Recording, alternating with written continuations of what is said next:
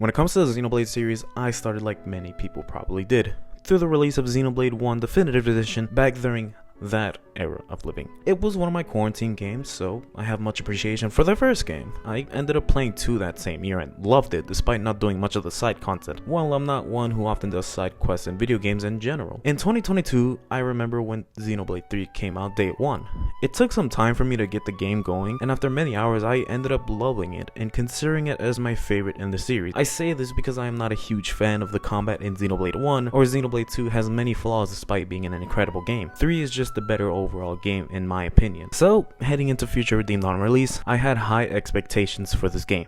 Once I beat it for the first time, I didn't leave the game with a smile. My only thoughts were, that's it? But that was me in the past, which is exactly why I considered making a video about Future Redeemed since it came out 2 years ago. Time does fly by that fast, doesn't it? Anyways, I recently decided to replay again to give it a more refined opinion on it this time. This is my first run. I mainly rushed to the main story, so I avoided spoilers, and didn't do much in the post-game. A second playthrough would encourage me to explore the map, do side quests, unique bosses, and unlock secrets to max out my party members. I would also like to preface a few more things before we get started. This is my opinion, so if you like a different Xenoblade game that you prefer the most out of the others, good on you. It is your opinion to share, and you are allowed to share it just as I am doing so in this video. This has been a reoccurring theme throughout my videos, but in case you do not know, I don't have a capture card for my Switch. I use the 30-second capture clip system to rack up all my footage, but hey, at least I'm able to get these clips on my PC, so please bear with me regarding the footage looking like it was recorded on a 2007 iPhone. There's full spoilers as usual since this game is well over 2 years old,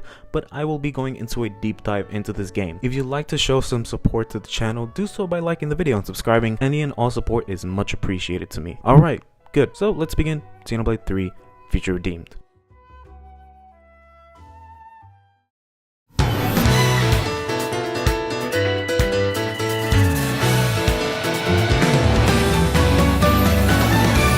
Booting up the game gets you this title screen, but since I have beaten the game before, the title screen I currently have contains slight spoilers. I wish there was a way to change back the title screen from the settings. Xenoblade 2 could have used this and benefited hugely from it because the title screens in that game look stellar. I will also be playing through this on hard mode because I like to suffer. Upon starting the game, the opening cutscene is Rex, Shulk, and Zed? The fuck is he doing here? He's not doing much, he's putting up Tony Snow numbers in this battle. Alvis, the Heartless Machine, unleashes a move to transition us to our main character, Matthew. He's full of beans, alright. With him is A. A is a healer while Matthew is on attack. From the first battle, you control as Matthew, and he is an ignorant person, not necessarily a meathead, but someone that can be a complete idiot, but has the battle IQ to make up for that. A is the calm, poised character who guides Matthew, as it's more A being forced to put up with Matthew's idiocy. I'll discuss more on the characters later once we unlock the full party at 6. The combat in this game is identical to the main game. The main difference is that there is no interlinking, which is fine since they added some new things, which I'll also explain later down the line in this video. The game introduces you to the encyclopedia that can be filled out through exploring the map, killing a certain number of enemies, completing side quests, killing unique monsters, so on, netting you affinity points. These points can be used to then upgrade arts. Unfortunately, it's not like the SP from the main game where each character gets their own points. In the case of Future Redeemed, there's a lot of exploring to do, so if you want to get everything out of your main party, you can choose to explore around, find containers, ether channels, and trust me, you will want to collect these ether channels for the long run in this DLC. Since I'm playing on hard mode and am on my second playthrough, I take my time to explore around and grind some AP to give to Matthew and A some buffs to prepare for future battles. There's also this device called the X-Reader that can detect stuff such as survivors, items, unique items, and ether channels. It plays a sound to let you know that there's something near you to check out. Having headphones on will also benefit you since the sound will pan from ear to ear depending on if the object or the person is in the left or right of you. The game gives you tutorials on how these work, but I must say, I don't like how tutorials are handled in this game or in the Xenoblade series in general. The only exception being Xenoblade 1 Definitive Edition. This may seem nitpicky, yet these tutorials do explain what to do well, which is great, don't get me wrong. What isn't great is how slow getting through these tutorials are on subsequent playthroughs of the game. At the end of the day, it's just a nitpick, so I'm not going to say the game is a 0 out of 10 because of this.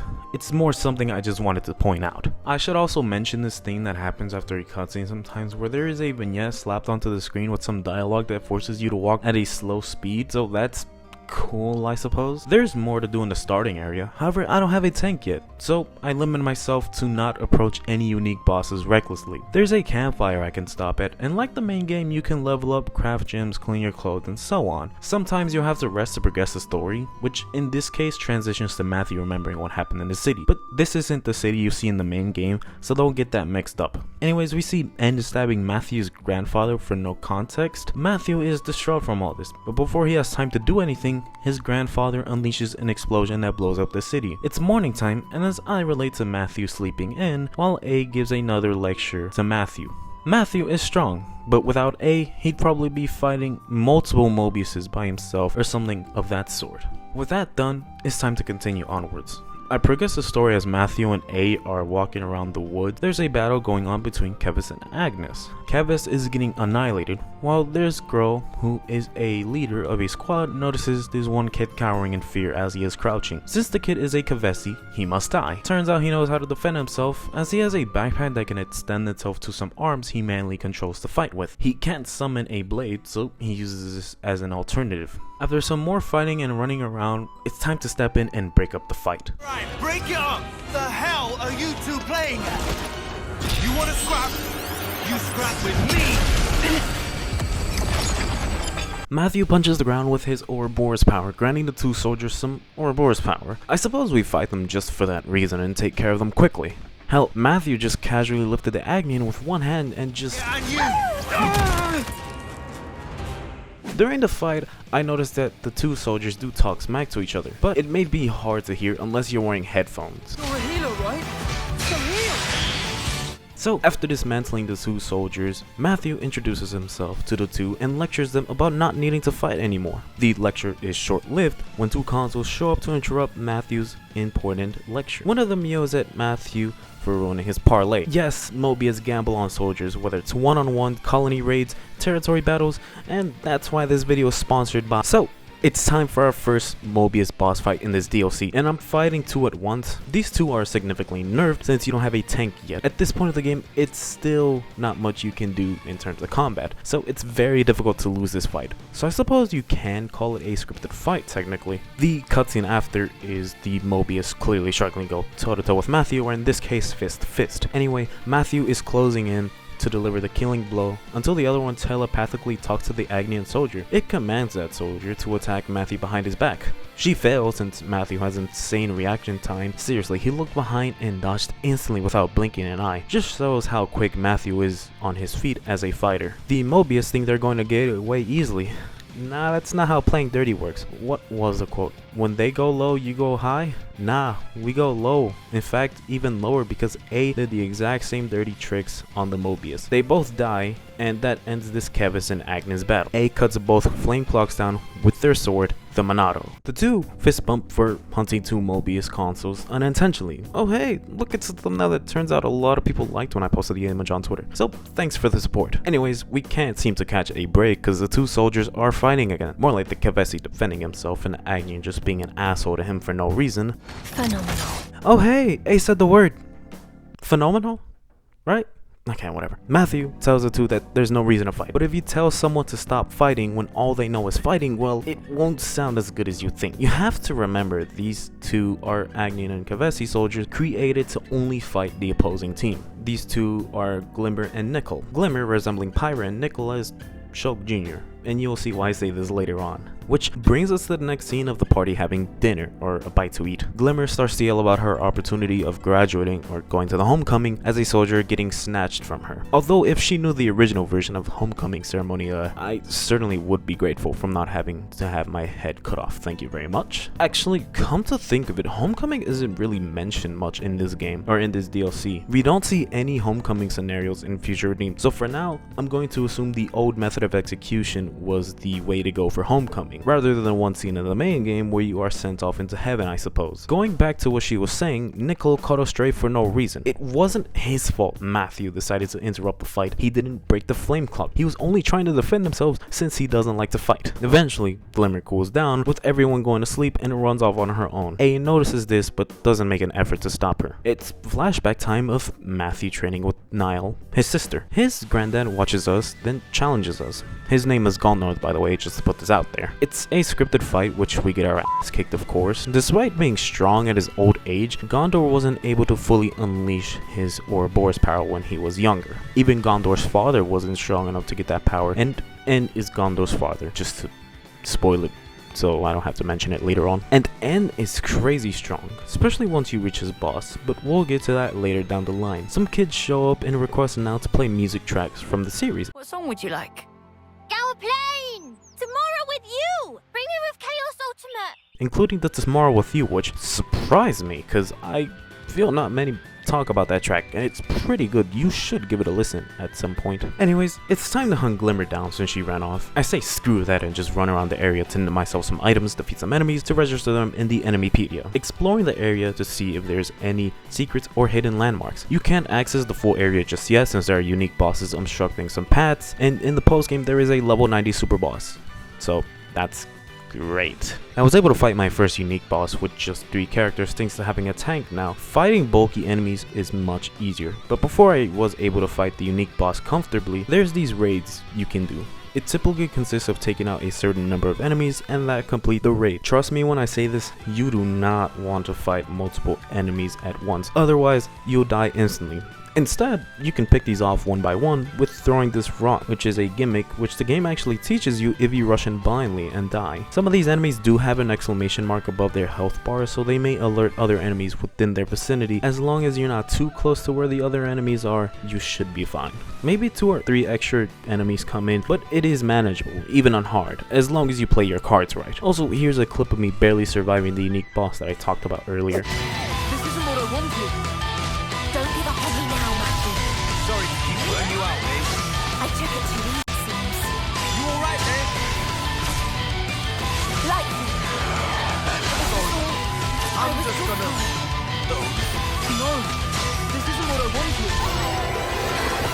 It seems we've weathered the storm. We enter the next area, Aurora Shelf. I know that you must require an elevator fix, but it's just a fetch quest, so it doesn't really matter much in this video. I also explore around this area, and what I will say is this game encourages exploration. Not only can you find new landmarks to skip travel to, but there's chests you can look to unlock new art slots, gem slots, or increase your AP skill tree. Although I could say that you must do the side quest and exploration to make hard mode less brutal than it already is. Speaking of hard mode, I should go over what hard mode changes. There's obvious changes where enemies have more HP compared to normal mode. Debuffs are significantly nerfed in this game, but let's be honest here, debuffs in this game aren't that effective anyway. Speaking of debuffs, there's a hero in the main game where her whole gimmick is to apply debuffs, but her attacks always get resisted in hell. There's even an attack where she can lower resistance to enemies, but even that attack gets resisted, making her one of the worst attackers in the main game. To continue with hard mode changes, healing is nerfed by 25%, but it's not a noticeable drop since you're constantly healing, so it doesn't make a huge difference. A couple of more combat oriented things are nerfed, such as the chain attack gauge, talent art, and how much damage the enemy does.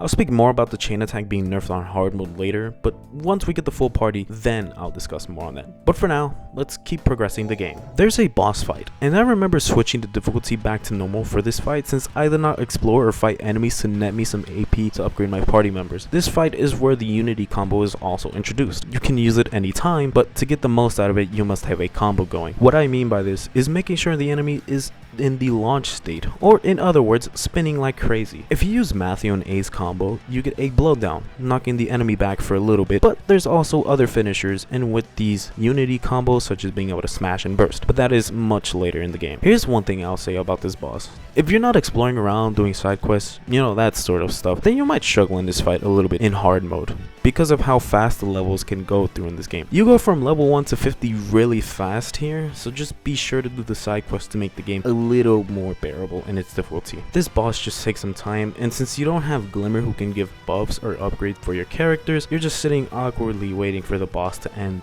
I also found an unlock arts kit. I give it to Matthew since he's my only attacker for now, giving him the art energy boost. This art grants you the power charge, making the next art you use inflict higher damage towards the enemy. Throughout the area there are many more ether channels you can find, and you'll need these later on, around the end of the game, so be sure to collect them as you go along the way to the next story checkpoint. Anyway, following this, the cutscene shows Glimmer running off ahead of us with her trying to find her fellow Agnian soldiers. She gets attacked by some wolves and the game teaches us to use her. She's our second healer for this game, and she is a direct healer unlike A. While A is a support healer, A only has one direct healing art, while their other is a regeneration art. Since Glimmer here is Agnia, she can heal more often. For now though, she is limited in this fight. So we move on to fighting some people from the city. Now that's Charla. I still remember how many times you fumbled the bag in many of the boss fights in Xenoblade 1, you piece of shit. The boss is a scripted fight, so you wait until you die for the next cutscene to happen, which I would complain a bit here, but then I realized games do the win and game losing cutscene bullshit and realized that I'd much rather have these scripted fights, I suppose. Sometimes though. Shulk suddenly pulls up, so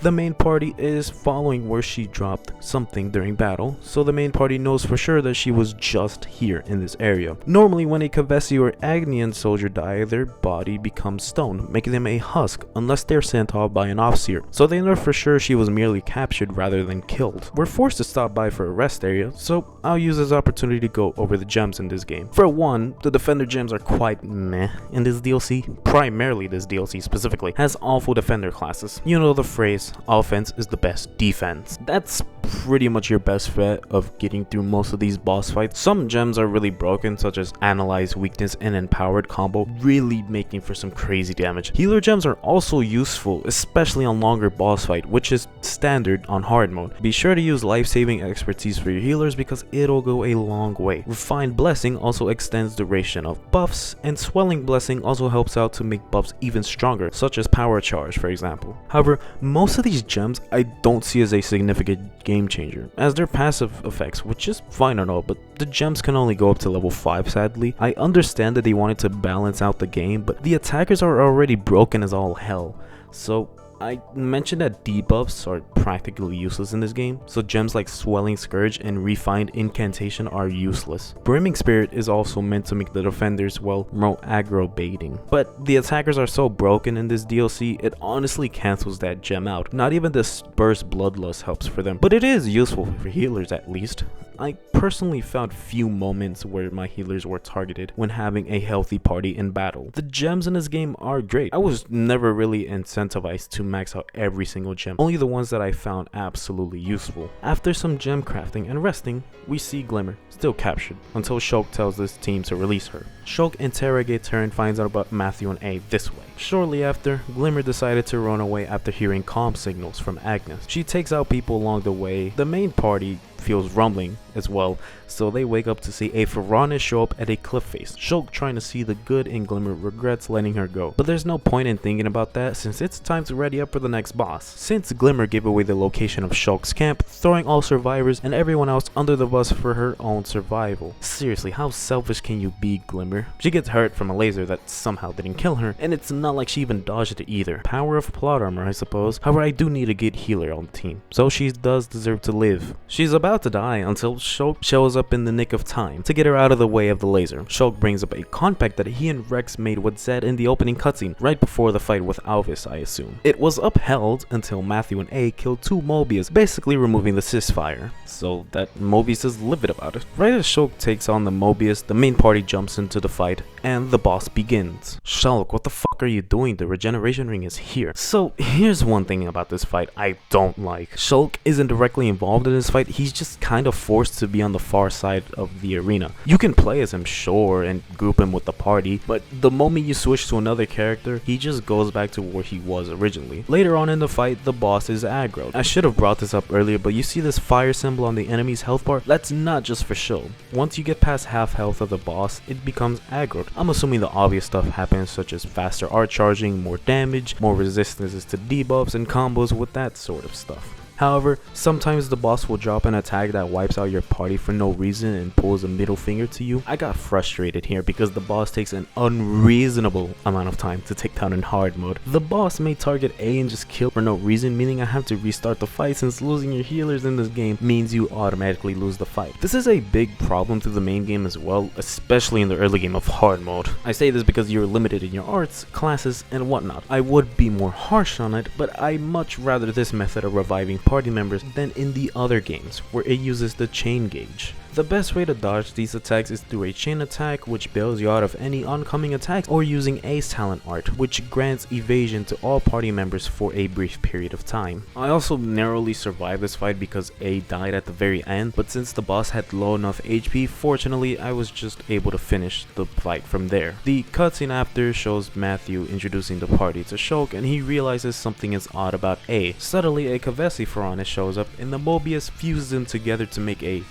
fusion Ferronis of the two, so a Kavenian Ferronis? It shoots lasers to get everyone hurt. It targets Glimmer. Nickel comes in and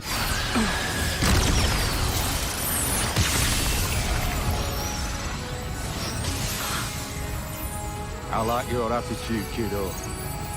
Huh? Leave it to Uncle Rex.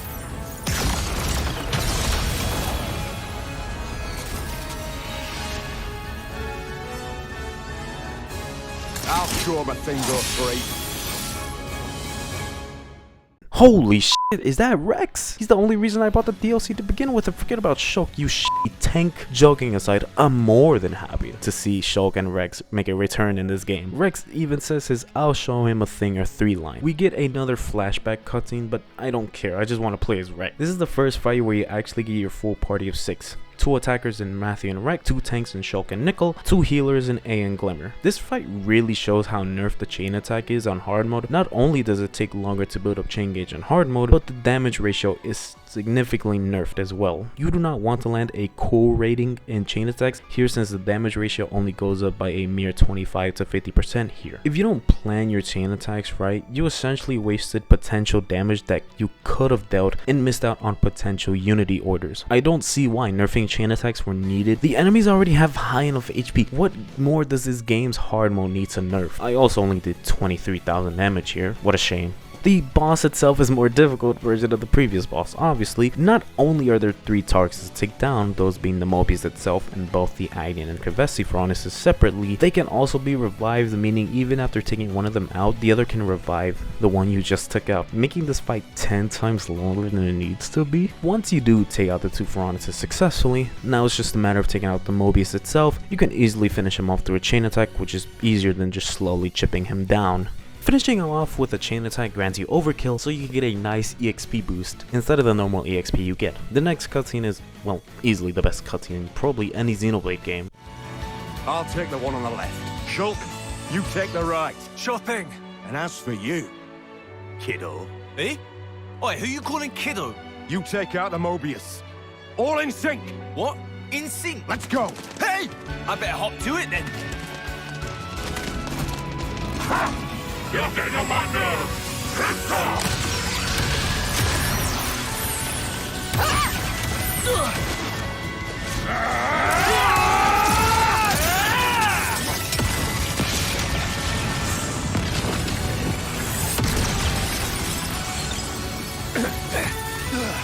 Welcome back, Shulk and Rex. So now that we have some downtime, let's go over each party member, starting with Matthew. His class is a martial artist, similar to Gondor's class from the main game. He is supposed to be a unit who can keep the damage going constantly. His notable abilities range from Giant Killer, Breaking Waves, Victor's Combo. As you develop him, he becomes a really broken character. Not as broken as Rex, but Matthew has one of the best talent arts in the game. His talent art, Gigantic Beat, when maxed out, recharges all of your arts when landing the hit, keeping up the fast-paced combat that Matthew has. As a character, he could be a meathead at times, but deep down he really cares for those around him. Matthew is a lovable character. Even with the short length of Future Redeemed, I felt that Matthew holds up quite well with Shulk and Rex. A is up next and is a support healer.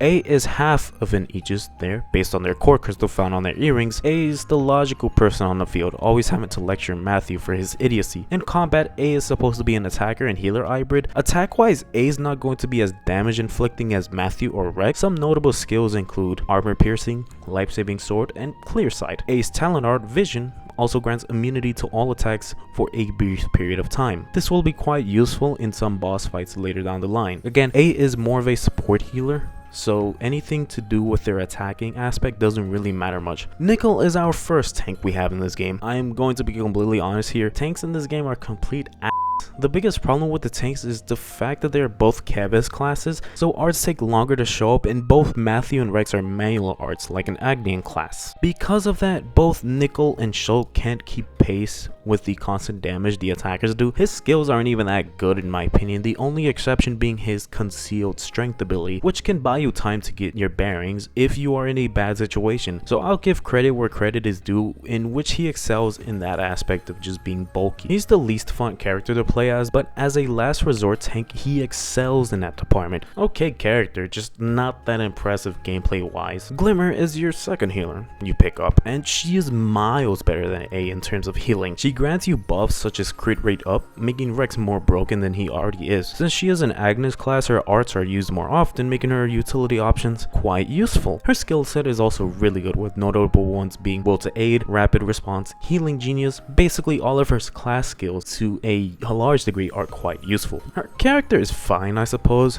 She did grow on me much later throughout the game. I just think she's a good character, but not great, if that makes any sense. I regret to inform you that Shulk is ass in this game. One of his arts can be to target lock, but since debuffs suck in this game, it isn't as useful as it could be. It's already bad enough that he is a defender class. You know, I get that you needed 2 tanks in this game, but my goodness, his skill sucks some hot ass.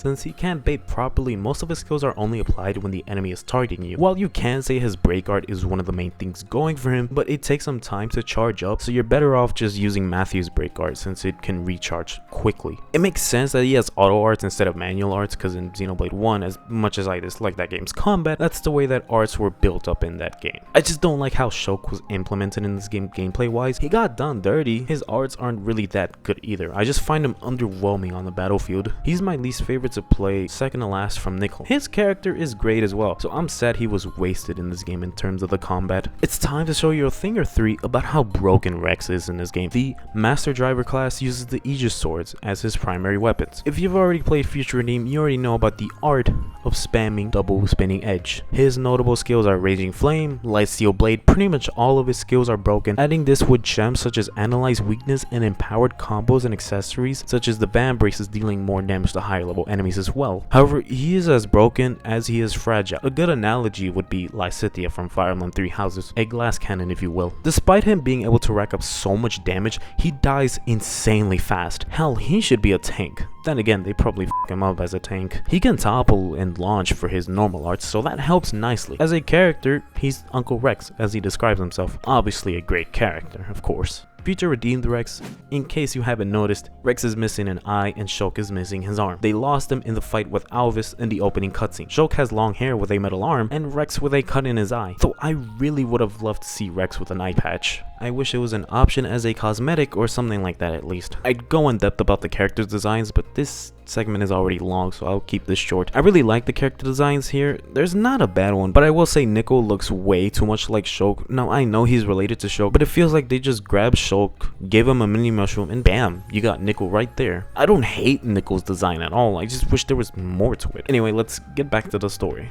Rex gets on Glimmer for being a selfish bastard, so after that we rest up in Shulk's camp to get ready the next day and head over to Colony 9. Nickel and Shulk have a father and son moment where they are both talking about machines and stuff. He even gives Shulk's arm a fix, which is a touching scene, seeing Shulk reminiscing about how he was in his younger days. We also see Rex reminiscing about how much Glimmer reminds him of Pyra. There's a lot of good moments in these small set of cutscenes here. You know, the conversation between Nickel and Glimmer, the following morning where Glimmer starts to open up to the team. So after those cutscenes, now that I can freely explore the area with a full party of 6, I can now fight unique bosses I was previously not able to fight before due to being limited in my offensive power. Granting me more upgrade to upgrade Rex is what I did immediately. I primarily focus on the attackers first so they deal crazy damage, then slowly finish the skill tree for my defenders last. I somewhat regret this, because in later fights I took a lot of damage and didn't upgrade my healers much as well. As long as you do attackers first though, you should be able to do crazy damage, no problem. You might be wondering how I'm able to unlock more art, gem, and accessory slots. Sometimes it's through collecting chests, other times it's through beating unique bosses, or just completing side quests. We finally reached Colony 9 and are given a tour. I've already played Xenoblade 1, so I'm not even going to go over this. Hell, I didn't go straight to Colony 9, I just explored around from the Waters farm, looking at my footage here. Once I do enter Colony 9, I end up talking with everybody to get some free AP. Yeah, the community system makes a return, and fortunately, it's not like in Golden Torna where you're required to do side quests in order to progress to the game, thankfully. But most of these side quests can be done even if you skip the dialogue, which is something I like because I do not care for the side quest dialogue. The objective is shown, you do the quest, and boom, the quest is done. We can continue the tour, and Panacea, right, this is Charlotte Jr. You can't play as her. Same with the Pandoria clone Linka. I forgot to mention them, but I just remembered about them now. They're just here and don't really mean much in the story aside from being references to other characters in the series. There's also a cutscene where you can see Agnian and Kavesi soldiers farming. Again, since all these soldiers are taught nothing besides fighting, this goes to a flashback scene of Matthew and Niall finding dead soldier husks lying around. They could have survived if they knew how to farm. Just really shows how these soldiers are when they are freed from the claim clocks and have no guidance whatsoever. Colony 9 itself has a lot to do for a short while. You can mostly find containers here to develop the community, you're doing side quests, and also upgrading your weapons. Yes, Riku is somehow back for this game despite it being way before the main game. I explore around the area. Now that you have access to it, you see Outlook Park, the same place where you saw Shulk quote-unquote eat a sandwich with spices. What a quality sandwich made by Fior's finest. There's more areas such as this altar area, which is supposed to be where, spoiler alert for Xenoblade 2, Rex awakened Numa, and some caves I suppose, but one of them houses a unique boss. Doing Riku's quest, we must head back to a previous area, Aurora Shelf, taking out some Ignis one by one. This section can be tricky because it is easy to accidentally get the entire army of Ignis to jump your team, but it's nothing too crazy. So once that's taken care of, you can now upgrade your weapons. I focus on the attackers first so I can get a higher attack and crit percentage increases. We've done enough to progress, so now we can progress the story. Everyone else goes off to do their own thing while Matthew catches up here with his friend Dylan. Rex and Shulk have a dad talk, although Rex did have 3 children with the Aegises and Nia. Seriously, that's a proud father right there. Shulk has also become more like Dunban. It's evident through his fighting stance, fighting with his left hand since he lost it in the fight with Alvis, and similar to Dunban losing it in the opening cutscene of Xenoblade 1. You can really tell how much Dunban meant to Shulk, and it's an amazing character. I really love Dunban. He's my favorite character in Xenoblade 1. You know, I should replay Xenoblade 1 someday so I can really appreciate it. Anyways, as for the case of Rex, he grew up independently with his Gramps, or Azurda, the Titan. However, the growth he experienced is insane. Pyro's cooking made him from his lanky old salvager to a Mr. Olympia 6'5" beast. Also, what's with him wearing belts on his arms and legs? Am I the only one that found it weird to see that many belts on him? You could barely see them in game, but looking at his artwork, it's bizarre, to put it simply. To continue with the story, a fellow inhabitant of Colony 9 informs Rex and Shulk of a search party return. The search party didn't go well, but Matthew suddenly notices the bracelet Niall had worn in one of the flashback cutscenes, if you have noticed. Matthew is paranoid that Niall could be, well, dead. So we have no time to waste and head out immediately. Shulk tells us about this thing called the Ether Slide. With it, in a nutshell, it's a rail you can grind on, similar to the ones on Keffa's Castle in the main game, but you can go up instead of just sliding down only. These are used as a way to progress the story, or more importantly, access previously inaccessible areas since they were too high above ground. Some of these Ether Slides can lead to finding chests, secret landmarks, or another Ether Slide you can build. You get the materials for free in this case, so don't worry about collecting items for now at least. Going up the slide unlocks the next area, the Ragmos Desolation. It's quite similar to Gower Plain with the long ass bridge that houses a unique boss in the middle of the bridge, so that's a middle finger from the devs. You can actually get knocked out of the bridge from one of the attacks if not careful enough. There's also some Agnian soldiers you have to take out to progress the story, but again, picking them off one by one is the easiest things that you could do. Anyways, to continue, I progress the story at the area where the search party found the items. Shows us another flashback cutscene with Matthew, Niall, unfortunately a sad scene. Matthew, Niall, and other people, including Dylan, run to a small village that has been burned to hell and back. As the smoke clears, you see a few dead bodies and a dead child. Holy shit, that took a dark turn. Niall loses her composure and just kills all the Kavesi soldiers mercilessly. But why couldn't this be a scripted fight? It would actually be a fun scripted fight. I wouldn't say a fun scripted fight, but it would be a really neat moment to be able to play as Niall. Anyway, even Matthew is shocked about this. The group ends up back in the city where Niall and Matthew have an argument. We know that Niall is losing her composure while slowly accepting that nothing will change and people are going to hurt each other regardless and kill each other as well to boot. This is one of my favorite scenes looking back at it now. You see Niall losing her mind in real time. Matthew is doing what he can to comfort his sister, but the reality of the situation is that Niall lost someone close to her. A child that she wanted to protect. She asks Matthew to show her a world where no one gets hurt. Matthew doesn't know what to say and struggles to say anything to Niall. The next major story cutscene is learning what happened to Niall. As we know, the city is no more. Mobius had invaded it actually. Well, Matthew arrived to the scene as everything was unfolding. He saw his granddad getting stabbed by N and saw a glimpse of Niall standing at a weird pillar of light. This game tends to show us the city falling a lot while learning something different each time you see it. In this case, we learn about how A and Matthew met.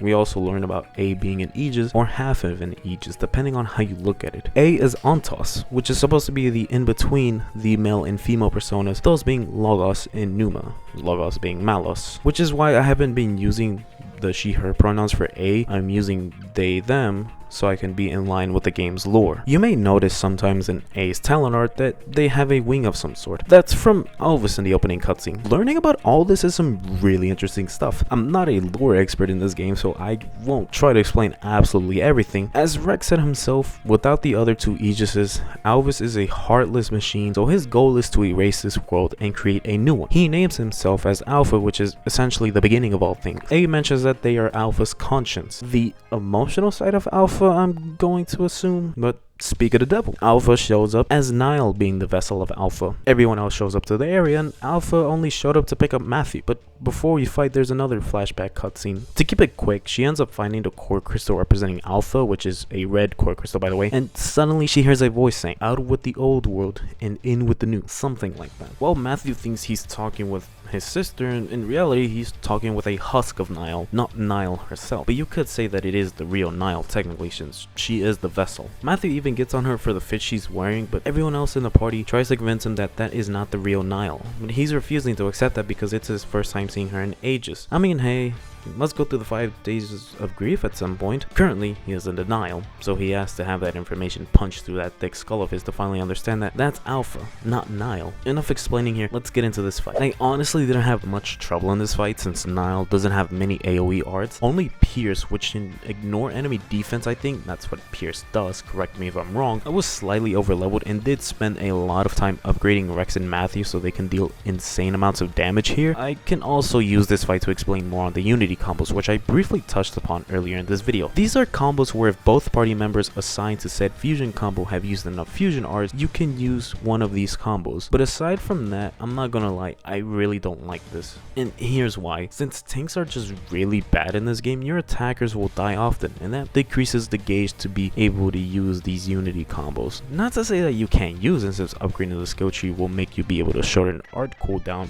but some enemies don't get break inflicted on them, so it makes these Unity combos useless. Smash, for one of the Unity combos, they nerfed the hell out of it in this game. Poor Smash. Usually Smash prioritizes inflicting damage, and insane damage by the way, at the cost of the enemy getting aggroed much earlier than expected. This is the main reason I don't like to use the Smash Unity combo, since it just doesn't feel as good to use like in the main game. While it is broken in the main game, I get why they tried to balance it here, but it ultimately just sucks in this DLC. Unless you're using it in a chain attack. That is the only exception because your damage is multiplied. Burst is quite useful, being able to remove the aggroed state of the enemy temporarily. Blowdown is a middle ground, I suppose. It does some decent damage and you also see the enemy get blown back a bit. Similar to the Ouroboros orders in the main game, you must use both characters to use said combo to be able to use it in a chain attack. I should bring this now. Why the fuck can I not turn off the chain attack music? I remember fighting the final boss in the main game of 3 and realized, oh hey, they don't have the chain attack music playing for this fight, just to realize it plays in the final phase of that fight. Just why? I mean, it's an okay track for the chain attack, but every single time you press that plus button on your controller, it's jarring, going from some serious music to f***ing chain attack music. No one can back.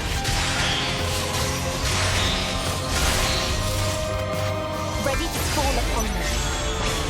The only saving grace is sometimes I vibe to it when I'm having a really good chain attack going for me, just from melting the enemy's health bar or getting that extra EXP from overkill. The chain attacks themselves are satisfying to pull off, and it's much more simplified in this game than in the other games, though I can understand why one would say they can get repetitive, which is fair because you're mostly doing the exact same attacks in chain orders when getting that set order of characters to execute. So let's go to the next cutscene. Ah, me, we lose in this cutscene, and pulls up aura farming and shits on it, right? There was a scripted fight before this cutscene, but it's pointless anyway. Both Matthew and Niall are hurt and banged up, so N doesn't waste his time.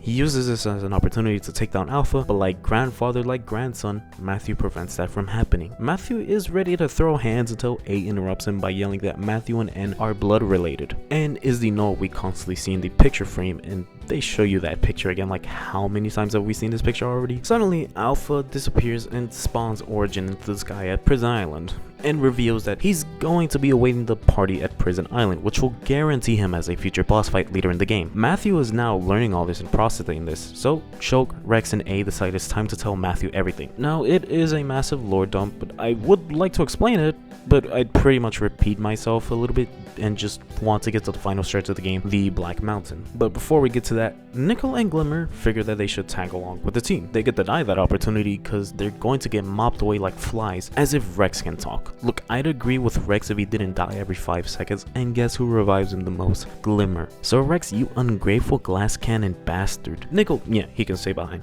but I suppose we need another tank because Shulk can bait an enemy if his life depended on it. The party heads to Riku, realizing that there could be a way that the two can upgrade their Ouroboros power. Riku gives the two this tool that can send back data to the Ouroboros stone that could set off a trigger if they are in battle. The next thing to do is to fight Shulk and Rex on this area away from the colony. Easy! This is it for me. Don't let it end this, honey. Can't seem to. My legs. How did this happen? I don't know how to beat these guys on hard mode. I tried leveling up, using different accessories, different gems. The problem is not that Shulk and Rex do crazy damage, the problem is they have too much HP. Now that this is hard mode I'm doing that on. I assumed this was going to be a scripted fight since Nickel doesn't deal much damage against Shulk and Rex. Glimmer also couldn't keep up with the healing, so Nickel died instantly following with Glimmer after that. I don't know how you could beat these two on hard mode, so I gave up.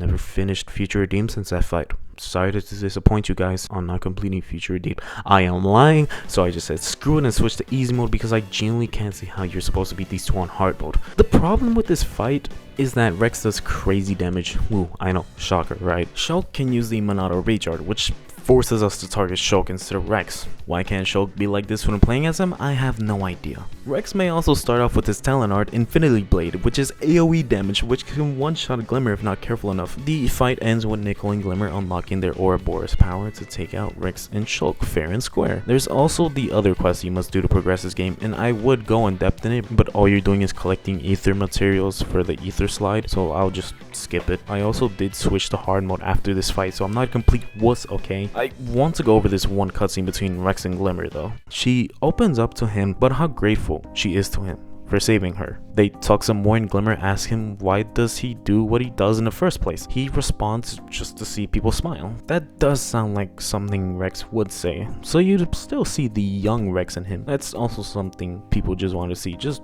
see people smile. Some father and daughter time you can say this scene is. Man, I'm freezing my balls off.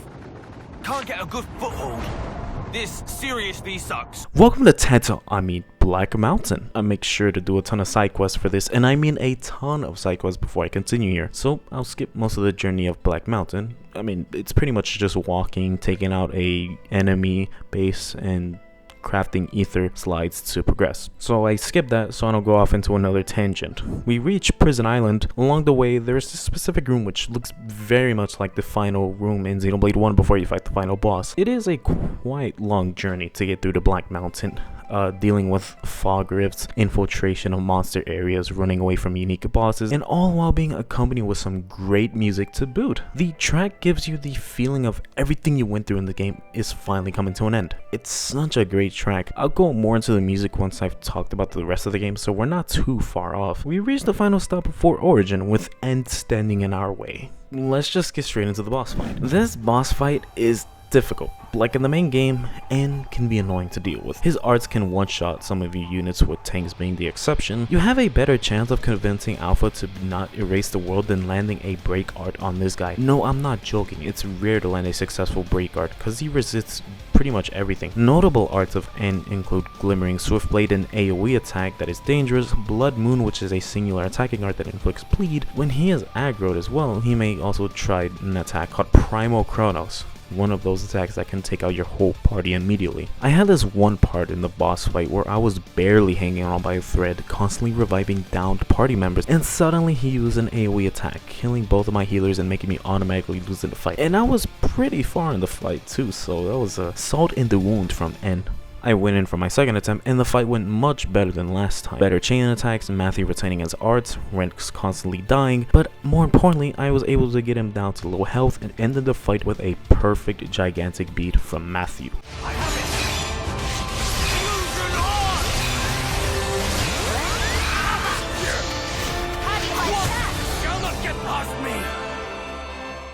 The cutscene after shows some good action. I love me some good action, but I want to bring up something about this short sequence. In this short sequence, he targets Nicole and pushes two people aside. I have to tip my hat off to Nicole after holding his own against N, even if he is struggling here.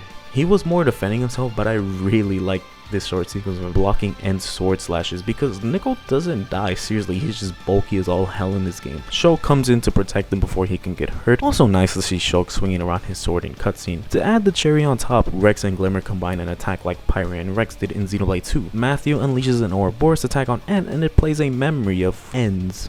We're suddenly in a flashback cutscene, this time revealing about what happened the day the city fell. Gondor is inside the city, and he notices something seems off about Nile. Gondor sees right through Alpha's act and figures out that it's not the real Nile. As I said before, Alpha wishes to erase this world, or as he says, embark into the future, as he puts it. We get into a scripted fight against N, and it's awkward just waiting for the fight to end, just to wait for the next cutscene to happen. Just watch how long this took.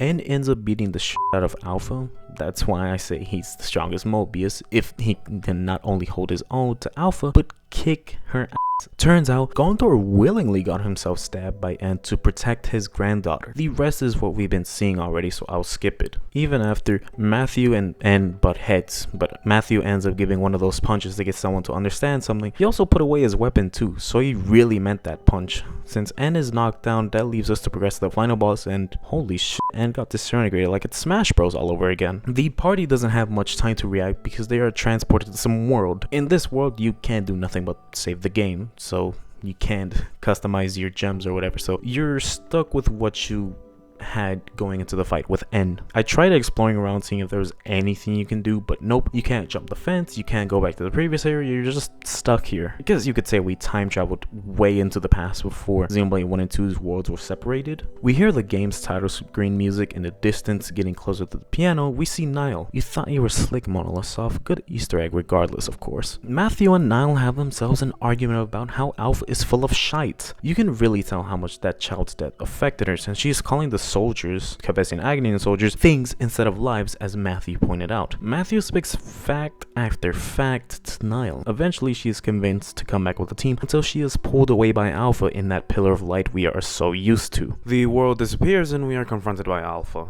Matthew talks his trash to Alpha by calling him useless. Oh, Alpha pretty much calls Matthew a complete dumbass. Let's just get into the final fight here. So there's two phases here. The first one is Alpha himself. He's surprisingly easier than I thought it would be on hard mode. Way easier than N, of course. There are some attacks that can be bullshit, but all in all, this is the really good first phase of the fight. He can topple your party, but since you can mash out of those types of combos, it's not the worst thing ever. I wait for him to get down a certain health so I can finish him off with a chain attack that precedes me to the next phase. If I may nitpick here, and it's not just for 3, but has anyone been weirded out that the bosses have a level number? I may sound confusing here, but let me explain. The final boss of Xenoblade 1, also huge spoilers by the way, so I'll give you a few seconds to click off if you need to. In Xenoblade 1, the final boss level was 3 question marks. This was also present in the Wii version of Xenoblade 1 as well. In the rest of the Xenoblade games, the final bosses have a numbered level. I understand that this is nitpicking, but I wish this tiny detail remained in the series of having a final boss with the level being unknown. It makes the boss seem more powerful. Knowing he's level 49 in game makes me not take it as serious as I would be in this game. That's just something I wanted to point out, and you may even never have even thought of this, but now you do. Anyways, after the first phase, Alpha tries to drain Matthew's power of Ouroboros. He doesn't let up because plot armor, Matthew is just that determined to kick Alpha's ass. Despite N being blasted by a laser of light, he looks mighty fine here when showing up. Nyla is back and she joins the fight with us. Matthew talks some more shite here by the way. Alpha transforms into its true self I suppose, but is it just me or does Alpha look like a boss straight out of Bayonetta? Something I thought of when playing through this final fight. Also, holy shit, this music slaps. It may even be better than the final boss music from Xenoblade 1. Almost better than Xenoblade 1. Nothing can top that final boss track. Alpha has many attacks to spare here through the second phase of this fight, including Monado Cyclone toppling party members, Monado Wedge, an attack that can one-shot a party member or two, Penetration Judgment, which is a single target attack that I'm assuming ignores enemy defense. I recommend you use Ace Talon Art to get through some parts of this fight due to how much damage Alpha can do through certain attacks. Once I get my chain attack meter, I wait for a good opportunity to chain attack and get him down to half health. This attack he uses when you aggroed him is called Requiem of the Olden Ones. It's supposed to be one of those attacks where it wipes out multiple party members, but I think since I've not only over-leveled up my units to be 7 levels higher than Alpha, but I also upgraded my units significantly on their affinity skill trees, something that I didn't do in my first playthrough and sorely regretted. He also freezes your chain attack gauge in this move, but after a certain period of time, I get it back and do another chain attack. Notice how Alpha is launched up in the air? I'll let the clip play for itself.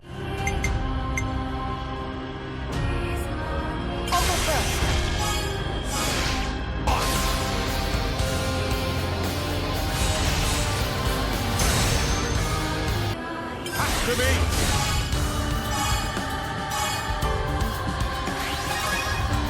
We're just getting started. It's our turn, Matthew. Now you're getting me. Let's give him a taste. Yes!